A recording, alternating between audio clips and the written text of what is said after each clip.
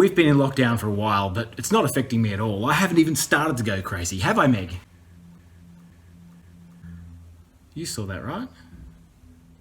We have been in lockdown for well over 200 days here in Melbourne.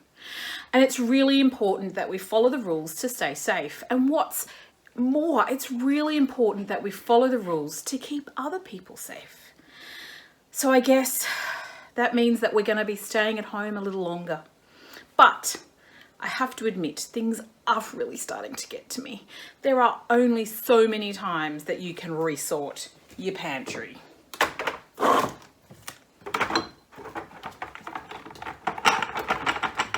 Well, I've been chatting with my family heaps in lockdown. Last year we did all sorts of things. We had cahoots and we played lots of online trivia games, and we even shared our favourite songs with each other and did lots of music reviews.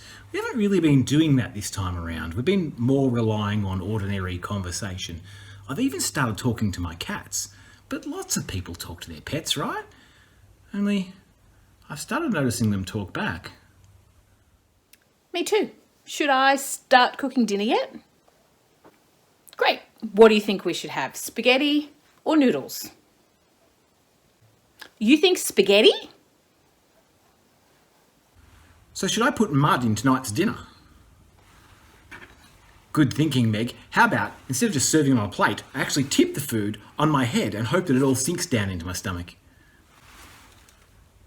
Well, what about I actually break the plate and use it as a spoon to sort of eat off? Well, you have such interesting ideas, Meg. I'm glad I asked. You know, cats have such great advice. No, they don't. That was stupid advice. You really have to be careful who you listen to. For example, in the book of Esther. Now, last week, we looked at the heroes of the story. We looked at Queen Esther and her much older cousin, kind of like an uncle, Mordecai. Now, between them, they made some great decisions. And because of that, they saved heaps of people. This week, we're going to take a look at the bad guys in our stories. Now, that nasty bloke named Haman and the bully king Xerxes, they made some bad decisions. Let's see how. Well, both Haman and Xerxes chose to listen to the wrong people. Now, I doubt that they were listening to their cats or their pets or anything like that.